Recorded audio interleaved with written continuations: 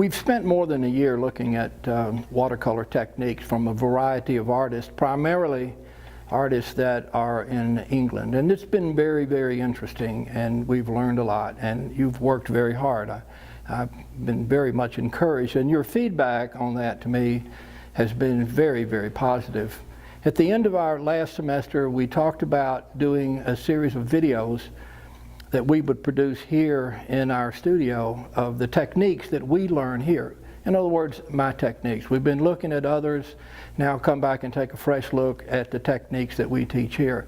Wash, lift, scrape, tool mark calligraphy, and textures. So we've filmed a series, 3 at this point right now. Each one focuses on a different aspect of the vocabulary.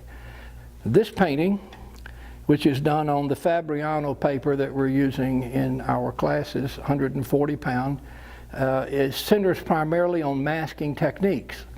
And you will do this painting as you will do the other paintings in this series as well. We'll watch the video like we did, and it'll show you the complete painting from start to finish in real time. Then we'll back up the video and start and go through segments and stopping the video at different places and let you catch up, and you'll be painting along with us on there. So then let's begin with this one, and we'll talk about the supplies that we need, and we'll talk about the masking, and we'll have a good time.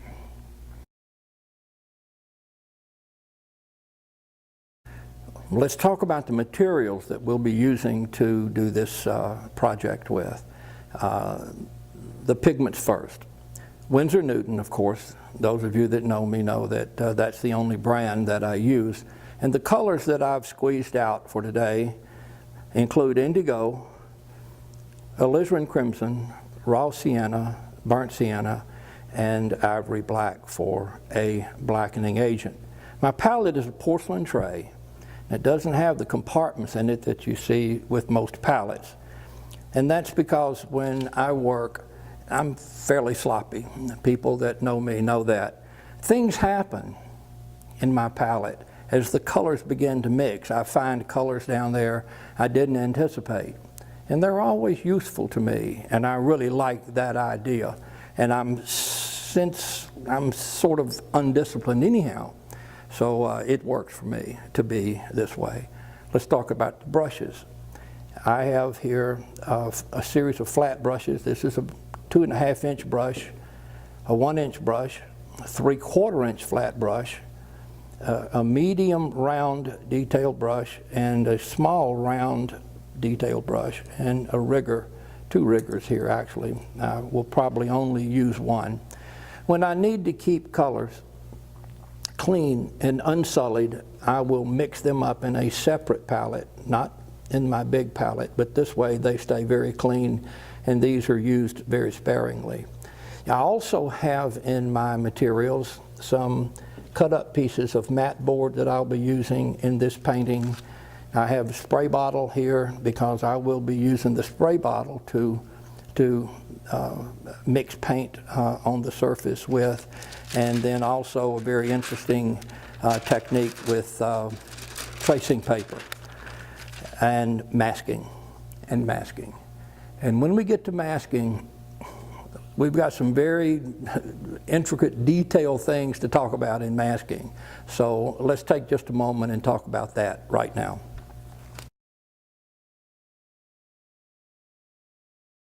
Well, let's talk just a minute about masking, because it's a very dangerous technique, and it can ruin your brushes if it's not done right. And you don't pay careful attention to how you're putting that mask down. Brushes are very expensive. Masking is not very expensive. So you want to be careful there. I have 2 brands, and this is Incredible White, and this is Grumbacher. And they're different. The Incredible White says that it must be stirred and not shaken when you get ready to use it. The Grumbacher says to shake it. So make sure that you read your directions very carefully. If it says don't shake, then certainly don't shake it. It'll cause bubbles in the mask, and then that will not give you a good block. Now, to the process, how to use that, you need some water and you need some soap. And you will use this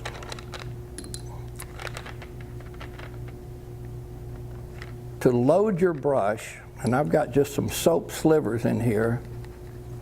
Load your brush up with soap.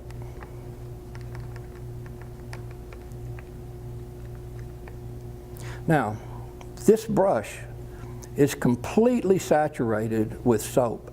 The masking cannot get into the bristles. It's protected, and yet I still have the shape of the brush to use as I want to use. So now if I use my mask, I just simply dip the brush in there, and the mask is only on the outside of the bristles. It's not into the bristles. And I can apply that mask onto the paper and then wash the brush out, water. And the brush is just as clean and as neat as it was before I did that. And as long as I use the soap and the water, every time I apply the mask and wash the brush out completely, and always, always go back to the soap before I dip the brush into the mask again, then the mask is not going to penetrate the brush bristles and ruin the brush. Well, ideas can come from anywhere. Out there you see things, and I believe we also see things inside our minds, and ideas for painting sometimes come from just your imagination. In this composition, I was walking on the greenbelt with my wife, and it had snowed the night before, and I took a bunch of pictures, and I found this one that I like a great deal. And I'm one who really loves high contrast, and I have a very high contrast with virtually nothing going on in the foreground and all of this activity in the background. And I still felt like we needed something in there, but I still liked the simple composition. And then a second photograph that I took just on the trail was the base of this tree as it meets the snow. I really like that. Once again, high contrast. So I'm going to put these two paintings together, and I've already put the mask on. We talked a little bit about the masking to conserve time. I went ahead and got the masking done on there. So all we got to do is just jump right in and start painting. Also, the other thing that I notice here is that it's a lot more open on the left-hand side of this photograph, and a lot more condensed over here and darker. And there are warmer colors over here. As we move across the composition, it gets darker and it gets cooler. And so I'm going to try to do that here as well too. Now, I will say this. I have flipped this over. I'm putting my tree on the right-hand side, and I'm flipping this over and painting the warm colors on the right, not on the left, and then the darker colors on the left back there. So with that in mind, let's start painting.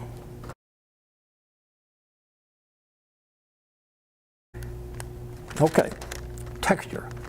All of that background is a texture. It's leaves and twigs and branches and trunks of trees and all kinds of natural trash that you find out there in the wilderness.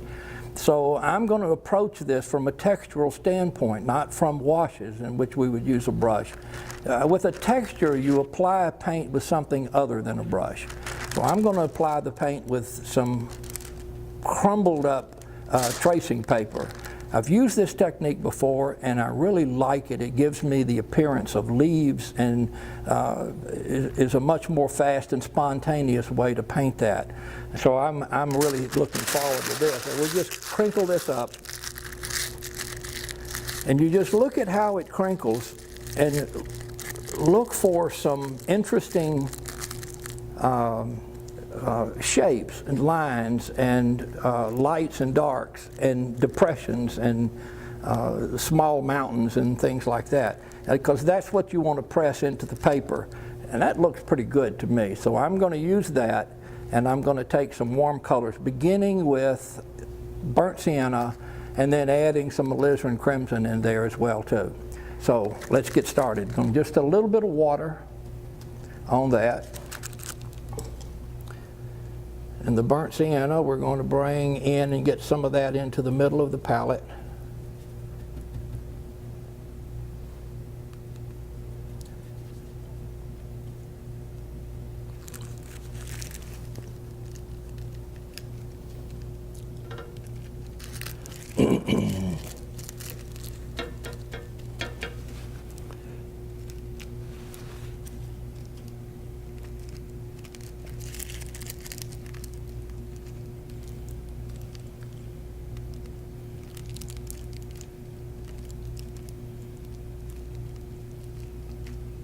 Now, if you'll come in just a little bit closer, I'd like to show you what we're getting there. I'm going to mix some alizarin crimson, and I'm going to get just a touch of ivory black in there to give me some light and dark.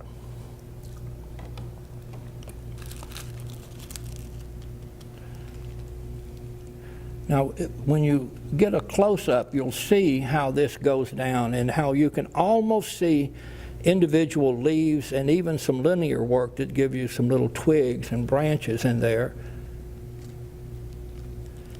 A little bit darker toward the horizon. And that's one way that we're going to put these down all the way across, and then while it's still wet, we're going to do a little bit of a squirt in there, and you're going to see that that color, notice how it just crawls a little bit, softening all of that back in there.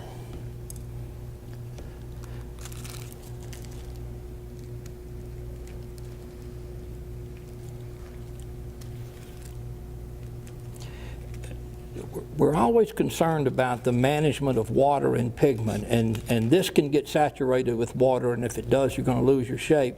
So I'll use a paper towel to blot out the water out of the tracing paper.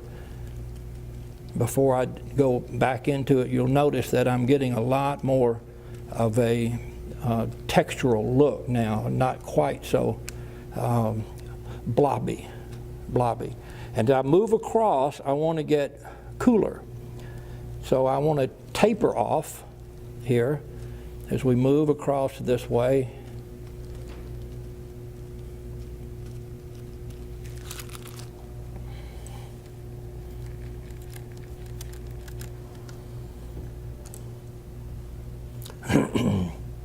And I'm going to get the indigo.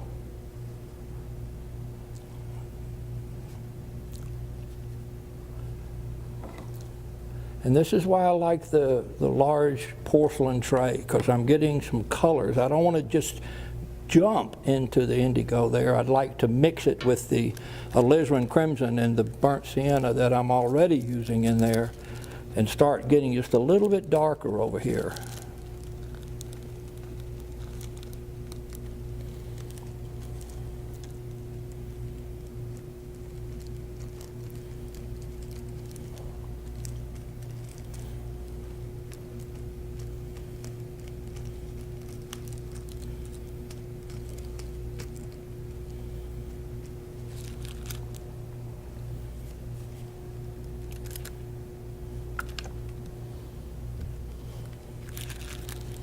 Now I'm going to touch the black in there.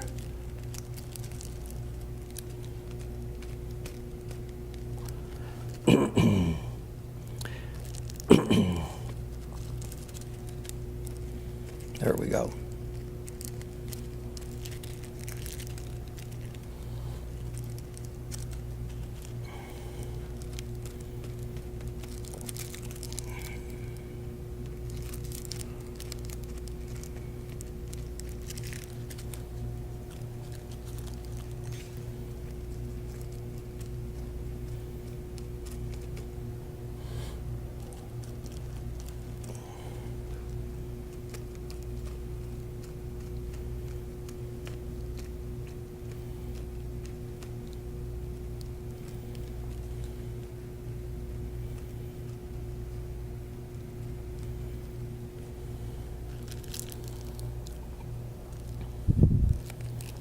All right, let's stop for a second and take a look at this.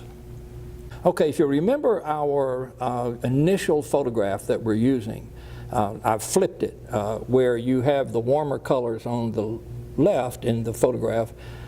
In the painting, the warmer colors are on the right. And as we move forward, we're reminded that this is what it actually looks like. This is a painting. And we can't really mimic this, and ought not to. We ought to interpret this. There ought to be a certain amount of feeling and spirit in what we do. Things that we prefer to see as opposed to what we actually see. So those things I think about when I'm painting. Now what I like about this is I like the open space. I can see my mask up under there where I'm going to get a lot of nice little white trunks and branches and things. And so the warm colors move across this composition, and in here, look at that beautiful transition where we start becoming cooler and we get into a little bit more blues, a little bit more purples, a little bit cooler colors, and we get more dense on this end as well too. And that was what I was looking at in the photograph. And so I'm really happy with that. What we do now, I do want to fiddle with this a little bit. I love to fiddle, so we're going to just spray a little bit in there. See how we get a little bit of movement? You can see that happening in there. Just a bit more abstract. One other thing, and I'm going to mask off the bottom of this so that I don't get any spattering on there, because I'm going to do some spattering on here.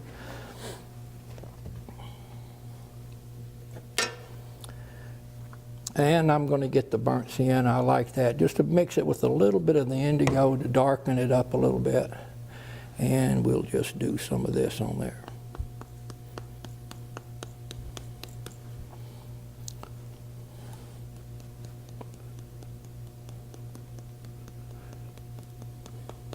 And that gives us a little bit more texture, just spontaneous things that are happening in there. Oh, I really do like that. I really do like that. I'm getting excited here. And while it's still wet, we're going to do the final stage by bringing in some trunks back in there and some branches. Get a little bit of the ivory black and mix it with the indigo. Get a nice little pool there in the middle. And pick up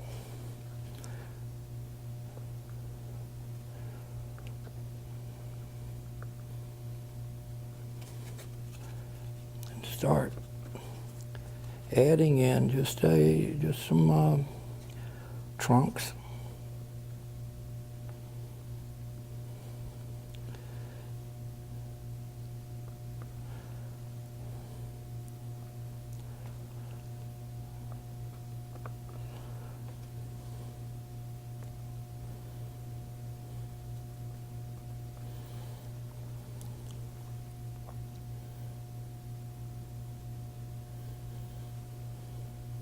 Not so much over here when we're in the dark parts in there.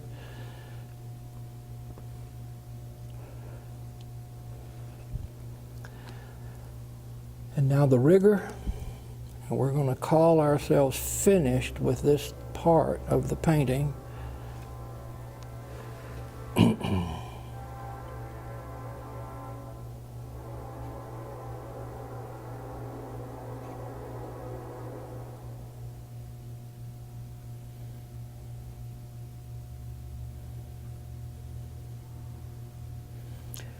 Where I did the stamping with the cardboard, I would just catch the tops of those dark lines that the stamp brought for me and continue those on up into the sky and just taper them off.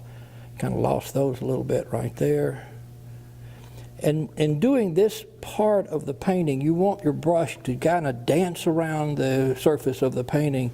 Don't be too slow and meticulous. Let it just be spontaneous. Wild. Nature is wild. Sometimes the branches grow toward the ground. They don't all grow up.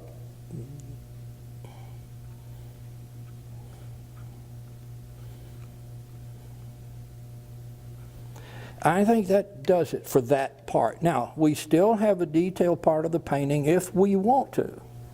We can come back to this later. We don't have to finish all of this. But I think what we have right now works very well. So let's stop and let this dry.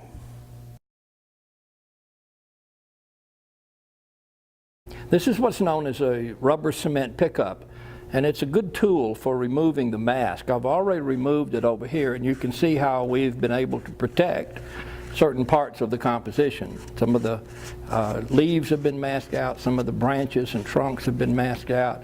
I like this part of the painting. It's like opening a Christmas present because you don't really know what's under there. When you get the mask off, it's always exciting to see. And you have to pull it, but let me get this done. This is our major tree here. And you'll see that this comes out to be just like rubber cement. And just keep going. And make sure that your watercolor, the background, is completely dry.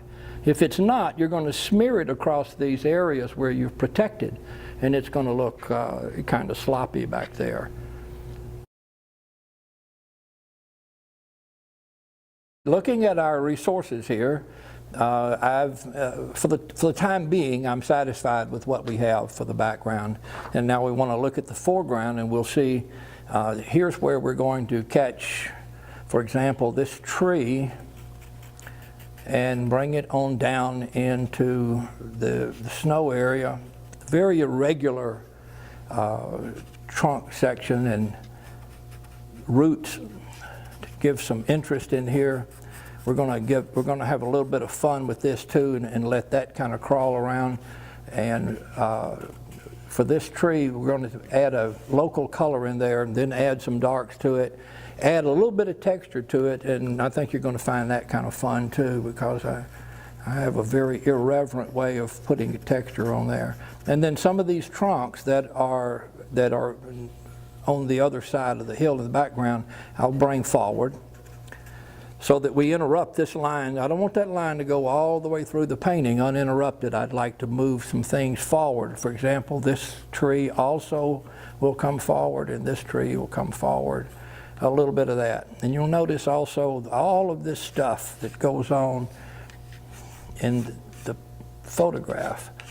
It's just beautiful, wild texture. So I want to make sure that I get some of that in there, and I'll just have to balance that with what I have for the background so that the painting works.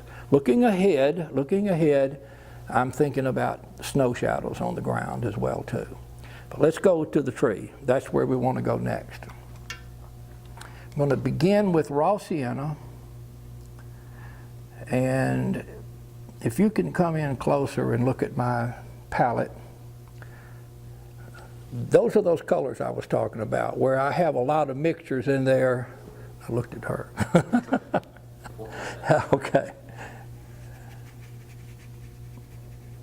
So here's the local color, raw sienna, just a nice, wonderful woodsy color, mixing some of the colors that I have in the background because I want my painting to be harmonized. So we don't just color things, we're painting, and we have a certain palette that we're using. So what I'm going to use in the trees are going to be some of the same colors that I've used in the background, so that they work in this composition.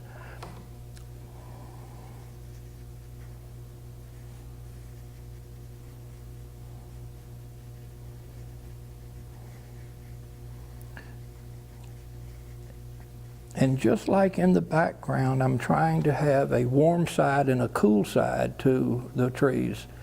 Let's get this on down in through here, and then I'm going to do something kind of nuts. I want to create a surface texture on the trunk so that it feels like a tree trunk. So I'm going to use my hand to do that with. And you'll see what we come up with when we do that.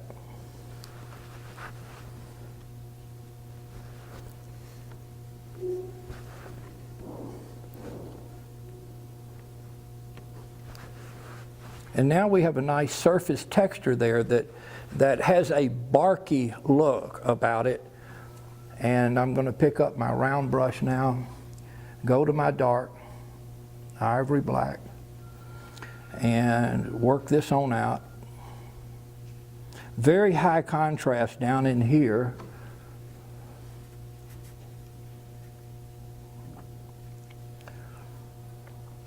And you can see in my reference all of the abstract things that are happening.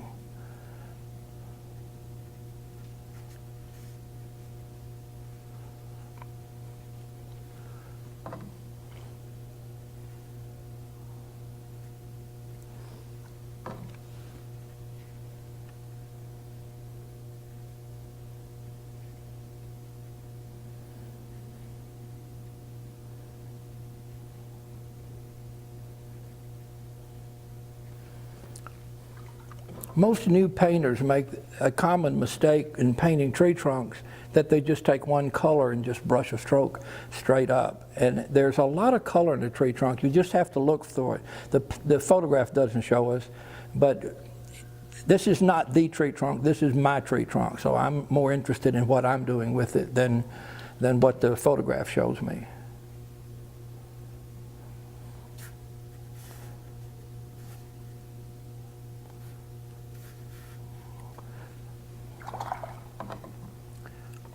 Now what I want to do is to tilt this a little bit. Now we've tilted the paper a little bit because we want what we're going to do now to run toward the bottom of the page.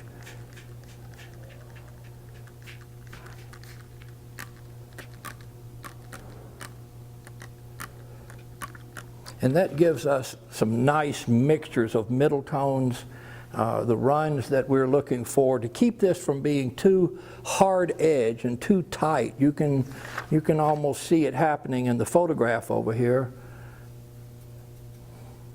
that things just aren't really clean.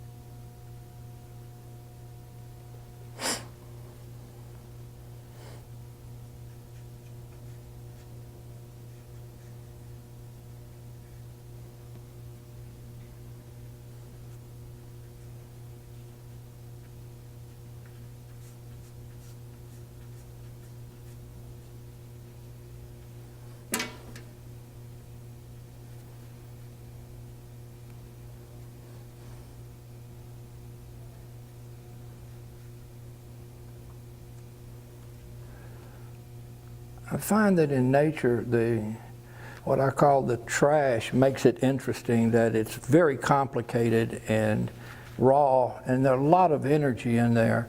And for me, that's what I want in the painting, that energy that comes. And so that's why I like what's going on here, is that there's a very nice energy.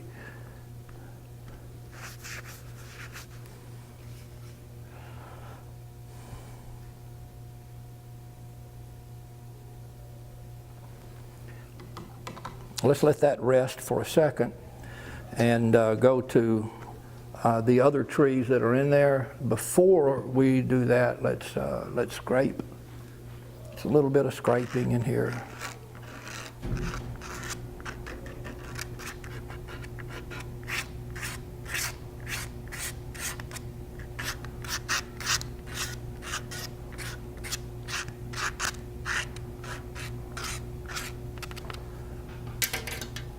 And just as we began with the raw sienna in the first tree that we did, let's go ahead and bring that into this next tree that we're going to put in there.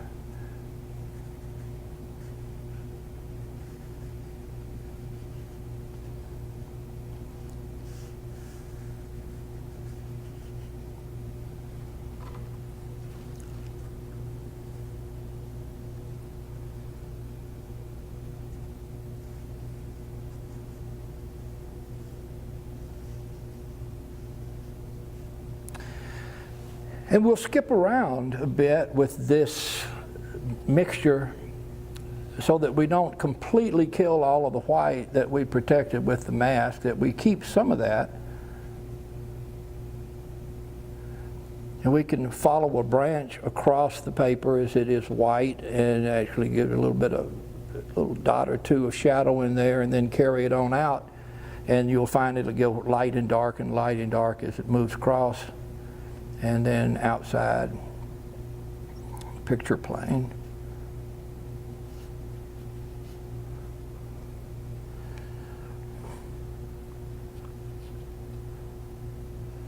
I'm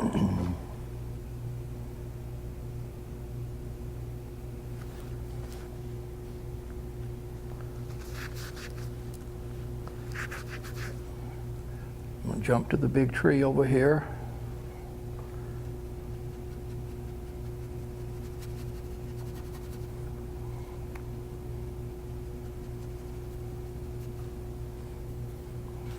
Warm side, cool side.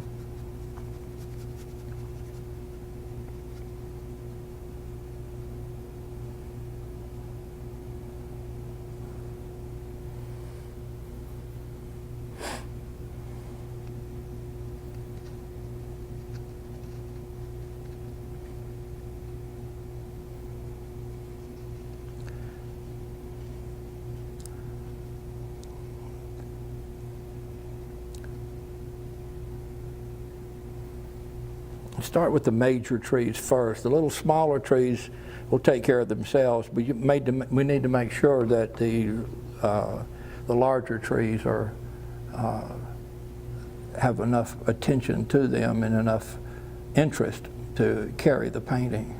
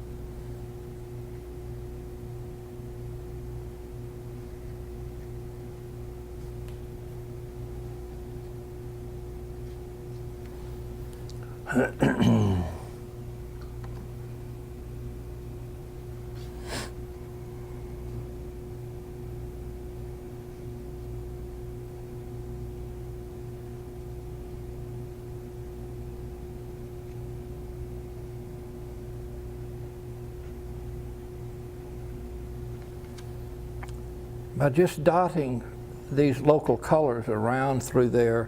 Some of the branches still have ice on them and others have melted, but it gives a nice, interesting pattern through there that everything is not quite so clean.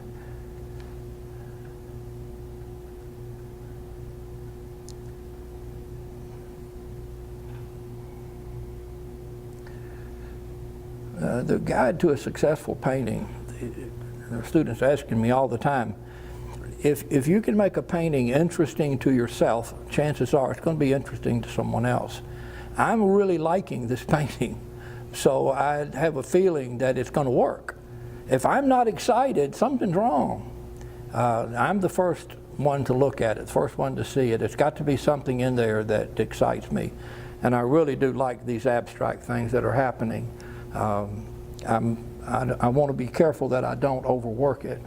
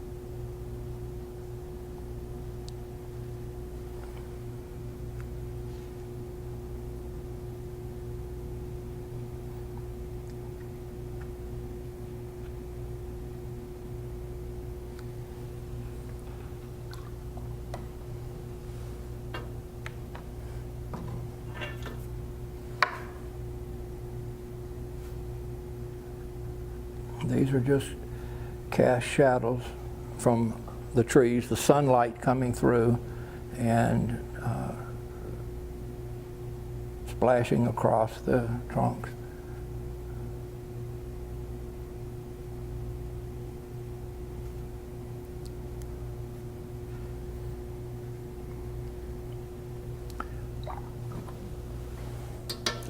Okay, now would be a good time to stop and take a look at this and see where we are. We may be through. We may be through. No, wait a minute. Don't stop yet.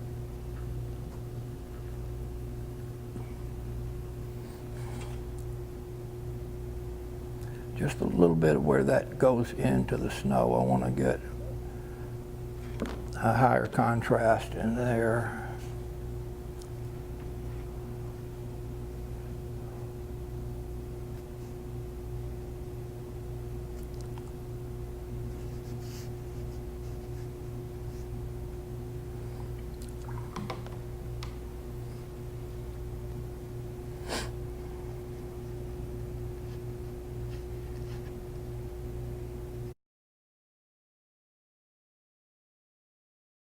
Okay, now we have a foreground and we want to bring some form into that. Right now it's just a big white shape. We don't sense any of the flows, hills and valleys, and that's where shadows come in. So we want to, here we want to do some form shadows and some cast shadows. Form shadows first. Form shadows are always lighter than cast shadows. So looking for form shadows, we might perceive that there's a hill here where the snow was built up, and then we have just a nice shadow built up back through there that traps this little clump of snow right there. Here's another one here that has a little bit of shadow at the base. And I'm just guessing at these. There's no scientific discovery here, and my sketch certainly doesn't show it.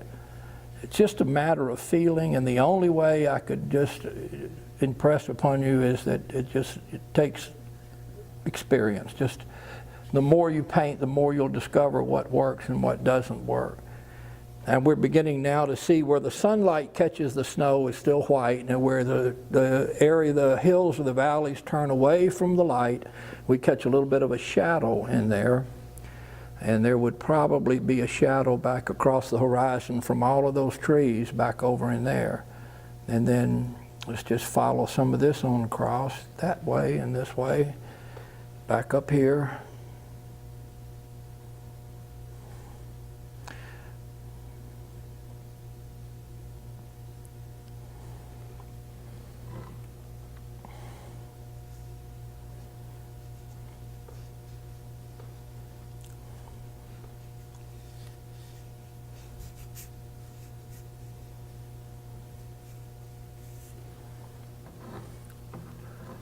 The direction of the brushstroke tells us that this is a hill. It comes down this way.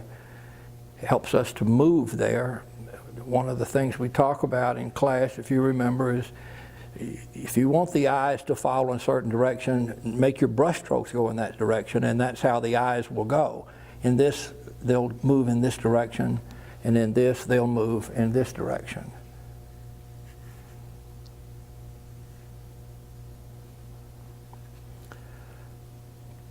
I think that's good enough for the form shadows. Let's let that dry, and then we'll put some cast shadows in, add the details, and then I think we'll be through.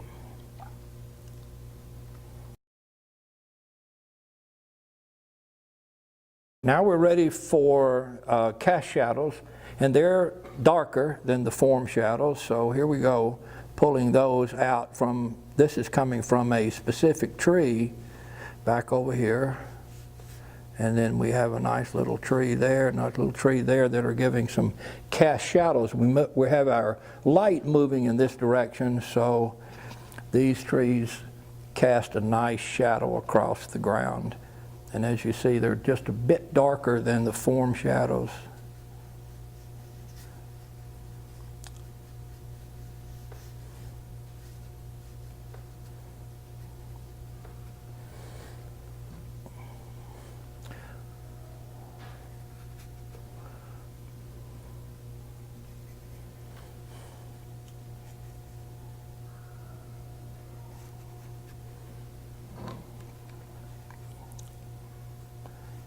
And because this is high contrast, it also serves as a movement to lead the viewer into the painting. They'll follow these lines on into the painting.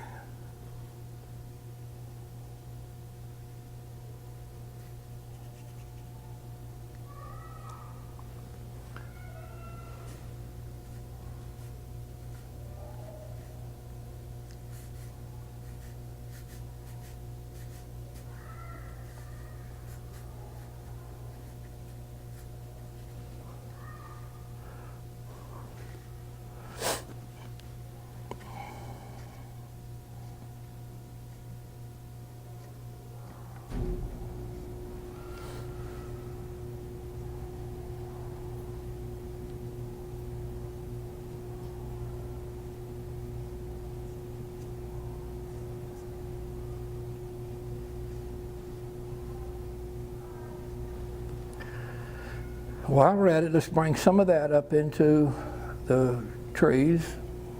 There would be some shadows also in there, and plus that brings these cool, cool blues up into this part of the composition.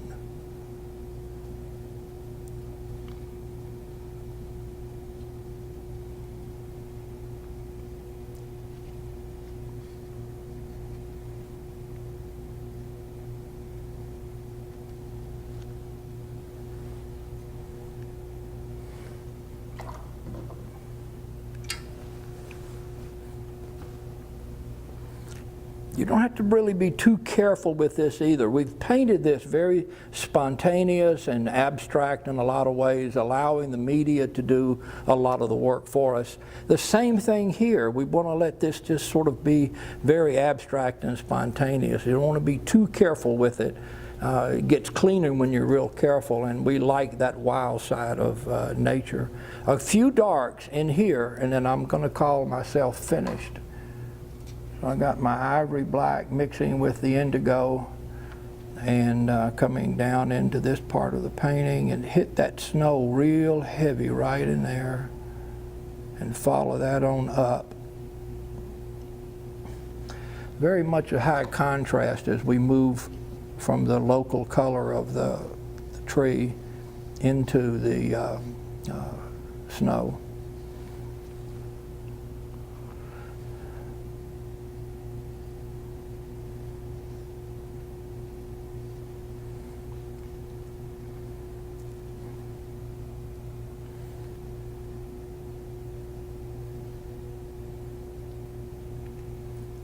Once again, it's nice and abstract. Very, very much a spontaneous movement in there. I like that. I like that. It was too clean, too clean.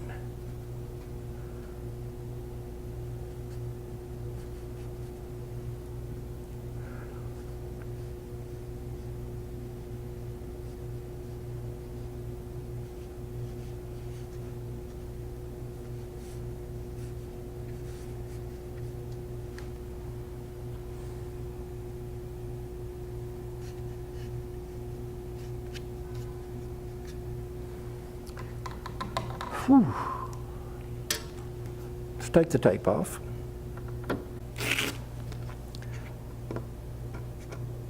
Always tear your tape away from the painting, away from the painting. That way, if you're catching any of the rag of the paper, you won't tear it into the painting. You'll tear it on off and off of the edge. So that's an important thing about that. I like to take this tape off. It shows me what the painting looks like. With the yellow tape on there, the masking tape, it's hard to see exactly the colors, how much more exciting they are without that yellow band around them. If you'll hand me that mat, please. We tell you over and over again that the last 4 brush strokes is the mat and the frame. 1, 2, 3, 4. This will tell you if the painting is done, if it works. And I'm declaring this to be a successful painting. I'm done. This is it. It's over. We'll go to the next one.